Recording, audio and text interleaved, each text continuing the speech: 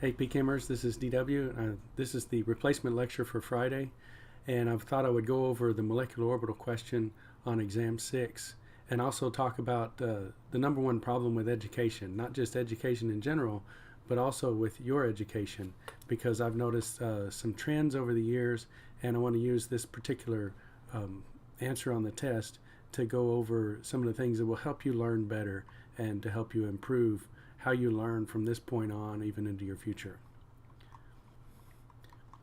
Okay, so I'm talking about problem number 12 on the exam, where I asked you to draw the pi and pi star orbitals for cis 1,2-dichloroethylene molecules. I've taken the liberty of providing the molecule for you here along with the coordinate system. So you can see that the z-axis is that symmetry axis, the C2 rotation axis on this molecule. With the right-handed coordinate system, then that means x comes out of the plane of the paper and y is in the plane of the paper. And so I'm asking you to draw the pi and pi star orbitals. And one thing that I've noticed over the years is that there's an inability in general. It's not every student, but it's most students. And even the A students have difficulty with this. That's why all students struggle with this ability to transfer knowledge to a new situation. And this student's answer is a particular, illustrates this well, I think, because over here on the right you can see they've put some information here, and what they've got here is the C infinity V MO symmetries. So they've either written down on their note card or committed to memory the sigma and sigma star orbitals, the order of those for oxygen systems and higher. We know that because the sigma is below the pi. And the symmetries of all of those. And you have X symmetry and Y symmetry and B1 and B2. That's in a C infinity V character table. This is a C2V molecule. So those symmetries don't apply. They may be coincidentally they apply, but they don't directly apply. And so the ability to transfer knowledge is difficult for this student. Also, I'm not asking for the MO diagram, and some of the students put the MO diagram on here. The MO diagram for this molecule would be horrendous. There's no way I would ask you that on a test. If I'm going to emphasize one thing, it's going to be the sort of the most common or basic interpretation or answer of a molecular orbital diagram, like I did nitrous oxide on this exam. And that's the next problem. But for this one, I'm looking for the ability to draw molecular orbitals onto a molecule that's been given. And so let's look at the next particular example of an answer. Okay, this student knows that I'm after the pi and pi star orbitals. They've drawn what is a pi interaction here and a pi star interaction here, or at least they've drawn some representation of the side-on interaction of p orbitals. They've even shown the node for the pi star. That's good. They put something here. I'm not exactly sure what that is or what that represents. But this is an issue that is troublesome to me, because these two pictures do not go with this molecule as drawn. And they've given me no indication as to what the axes are for these particular orbitals, nor have they shown me how this relates to the carbons or the hydrogens or the chlorines. Many people drew these pictures, but then drew the hydrogens right here like this, and the chlorines here. Well, that implies that the double bond is in the plane of the sigma bonds, and it's not. It's above and below. So if they had rotated it to show these pi bond from the side, then they needed to use wedges and dashes. If they had drawn a molecule like this with a wedge for the chlorine,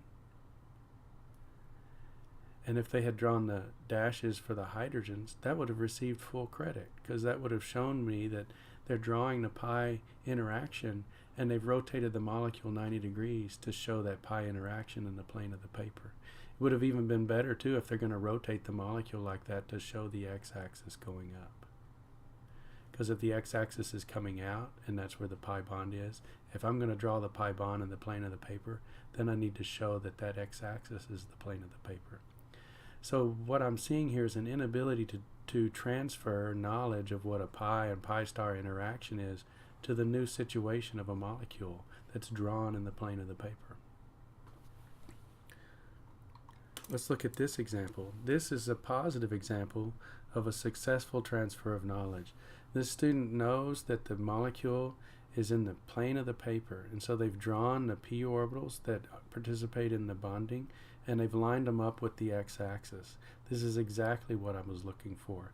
But this again is a little cumbersome to draw, and so in order to make life easy for themselves, they've rotated it up, and they've drawn what looks like the same exact picture as the previous student, but notice they've put the x-axis here.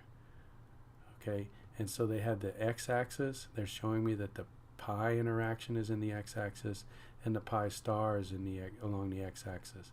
They've also given the Cartesian symmetry is one of the things I've asked for up here, the Cartesian symmetry.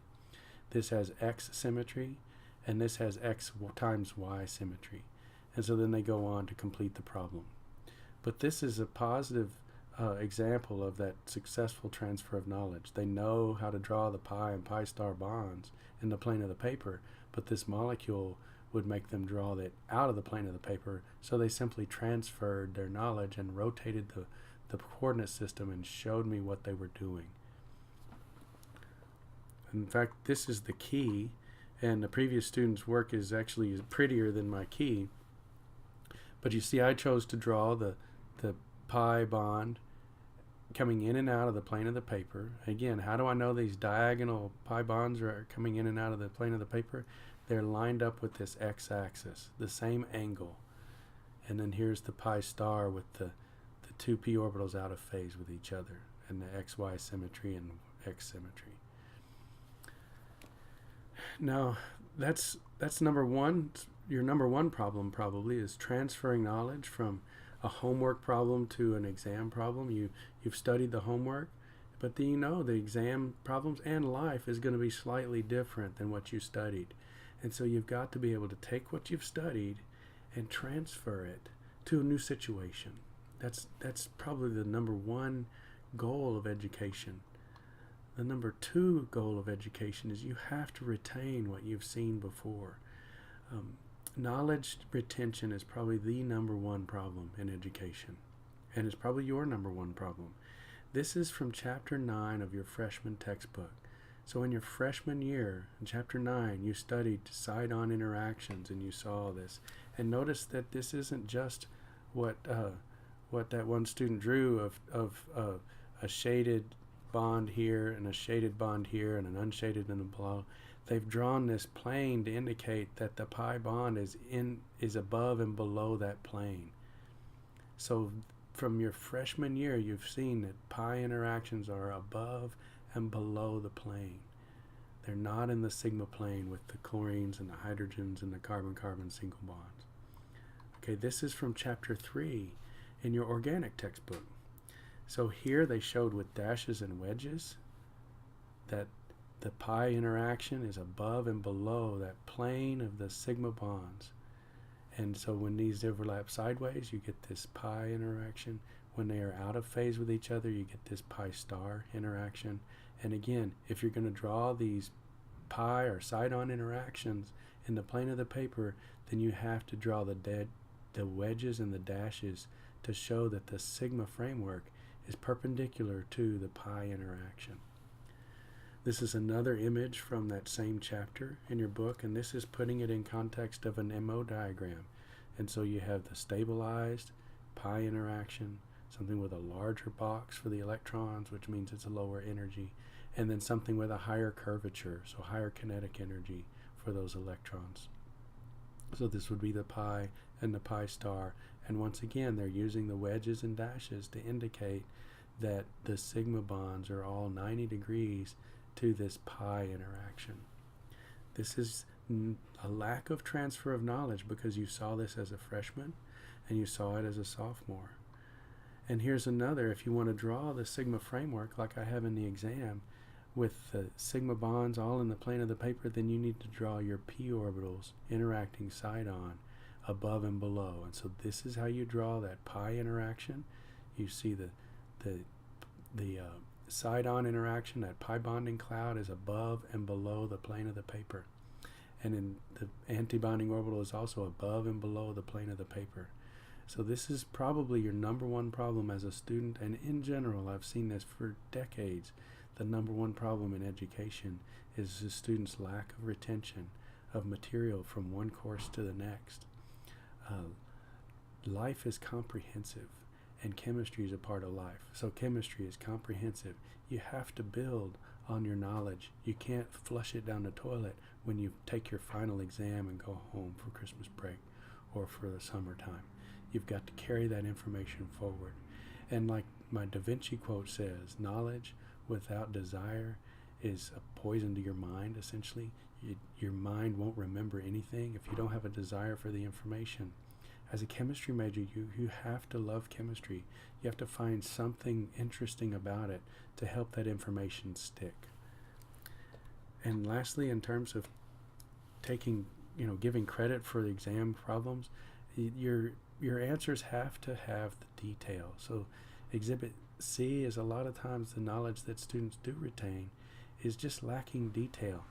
This has the spirit of a pi bond, but it doesn't connect with this picture here where I've got all of the other atoms.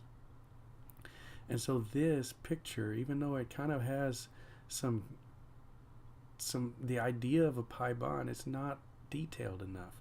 This is not equal to this or this, right? If you're going to keep this structure as written, then you've got to draw your pi and pi star bonds like this. If you're going to rotate your pi and pi star bonds, then you've got to draw the dashes and wedges, or you've got to tell me how the coordinate system has moved. So the coordinate system is not drawn on there just as an ornament, as something extra to put on a drawing. It's a tool for communication. And so if you're going to rotate your bonds like that one student did, you need to show me how you've rotated them by rotating the coordinate system, and communicate to me, a person who's evaluating, if you know what you're talking about, that you do know what you're talking about. If you were to rotate the bonds like this and show me that the x-axis has also rotated to where now it's vertical, you would have gotten full credit. That would be a sufficient amount of detail to communicate to me that you understand what a pi and a pi star interaction are. And so with that, I just want to encourage you to retain as much information from your previous courses as possible. Let's say you sold your books back. That's not an excuse. All of this information is on the internet. You can review at any time. When you pull the thread on a piece of new information, always go back to your previous courses, look online, open up previous books. There's a great free resource called OpenStax where you can find a freshman text, a full freshman text that has all of this detail in it. You can also find OpenStax books probably for organic. I haven't looked for an organic textbook, but most of the OpenStax books, these are free educational resources, cover the first 2 years of college. So if you've sold your books back from those first 2 years, you can go back to pull up a pretty good resource on those courses from the OpenStax consortium.